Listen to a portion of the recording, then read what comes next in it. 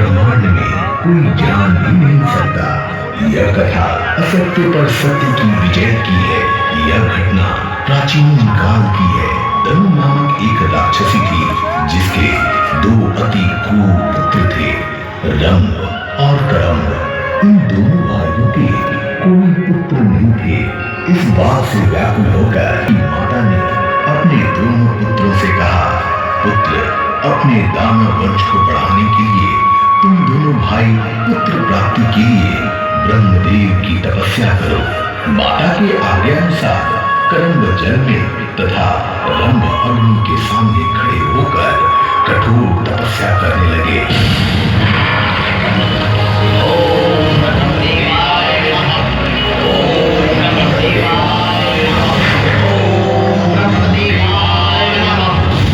दोनों भाइयों की तपस्या से घबराकर सभी देवता राजा इंद्र के पास गए। देवताओं की बात सुनकर इंद्र ने रंभ और करम्ब को मारने के लिए योजना बनाई और मगरमच्छ का रूप धारण कर जल में उतर गए।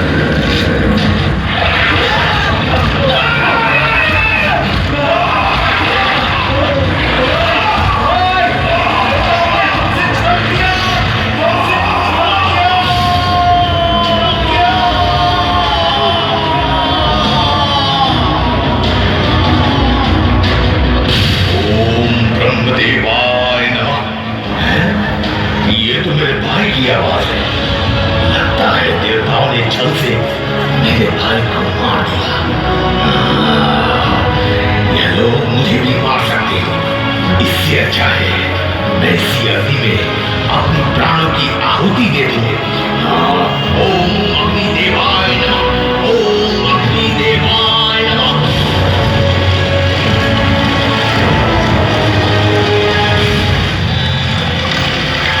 रुको रंभ, ये तुम क्या व्रत कर रहे हो? तुम तो संतान प्राप्ति के लिए ब्रह्मदेव की तपस्या कर रहे थे। हे देव, मेरे भाई को देवताओं ने छल से मार दिया। उसके बिना मेरा जीवन व्यर्थ है, इसलिए मैं अपना प्राण त्यागना चाहता हूं। रंभ, मैं तुम्हें आत्महत्या करने से रोकना चाहता हूं और मुझे तुम पर दया भी आ रही है। तुम मुझसे कोई वर मांग लो। हे देव, यदि आप मुझे कुछ देना ही चाहते हैं तो मुझे तीनों लोकों पर राज करने वाला अजय पुत्र प्राप्ति का आशीर्वाद दीजिए, जिसे मनुष्य, देवता और असुर कोई भी ना मार सके। तथास्तु, तुम्हारी इच्छा पूर्ण हो। तुम्हारा मन सबसे पहले जिस पर आकर्षित हो जाएगा उसी के गर्भ से तुम्हारा पुत्र का जन्म होगा।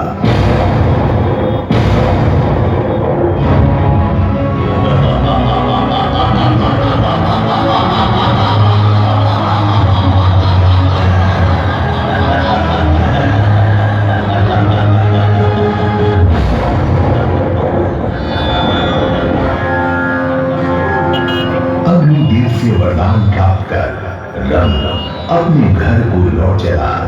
रास्ते में उसे एक सुंदर आकर्षित भैंसी दिखाई दी। उसे देखकर रंभ आकर्षित हो गया। अग्निदेव के वरदान के अनुसार वह भैंसी गर्भवती हो गई।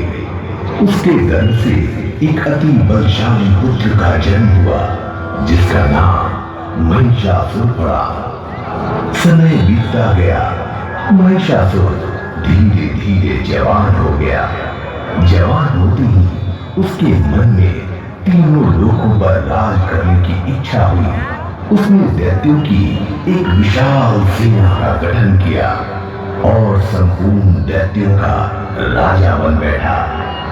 मृत्यु लोक एवं पाताल लोक पर आक्रमण कर अपने अधीन कर लिया। फिर उसने देवताओं के इंद्र लोक पर आक्रमण किया और सभी देवताओं को हराकर देवलोक को भी अपने अधीन कर लिया और तीनों लोकों का राजा बन गया। पृथ्वी पर उसका अत्याचार बढ़ता ही जा रहा था। निर्दोष प्राणियों और साधु महात्माओं का हत्या करने लगा था। इसी क्रम में पृथ्वी पर एक बालिका मां भगवती दुर्गा की आराधना करने में लीन थी।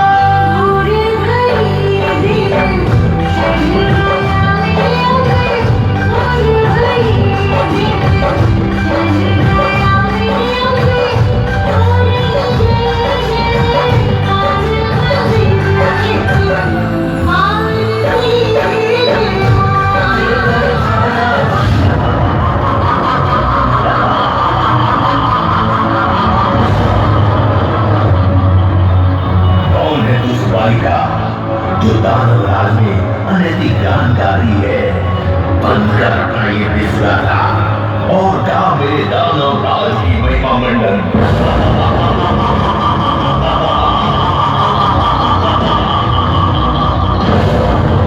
हे दानवराज, मैं तो जन्म से ही देवी गीत गाती आ रही हूँ और गाती रहूंगी।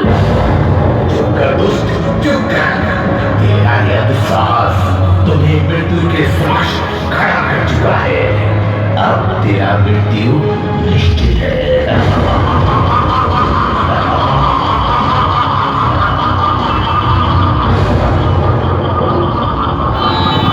हे माते, रक्षा करो। माते, मेरी रक्षा करो। इस अहंकारी राक्षस से मेरी रक्षा करो। रक्षा? कौन करेगी तेरी रक्षा? इस पूरे ब्रह्मांड में मेरे स्वामी का ही राज चलता है। यहाँ कोई नहीं आ सकता तेरी रक्षा करने।